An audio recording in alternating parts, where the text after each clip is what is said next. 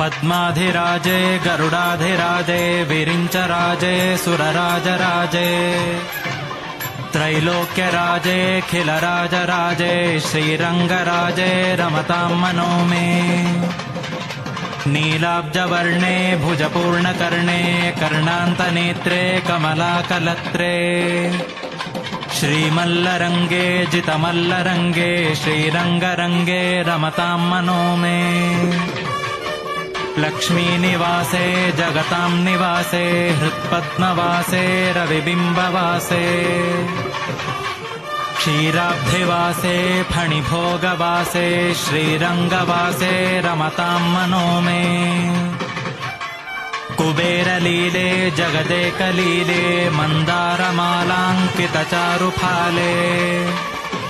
दैत्यान्तकाले खिललोकमौले श्रीरङ्गलीले रमतां मनो मे अमोघनिद्रे जगदेकनिद्रे विदेहनिद्रे च समुद्रनिद्रे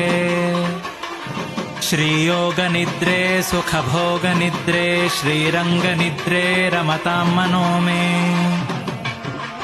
आनन्दरूपे निजबोधरूपे ब्रह्मस्वरूपे क्षितिमूर्तिरूपे विचित्ररूपे रमणीयरूपे श्रीरङ्गरूपे रमतां मनो मे भक्ताकृतार्थे मुररावणार्थे भक्तासमर्थे जगदेककीर्ते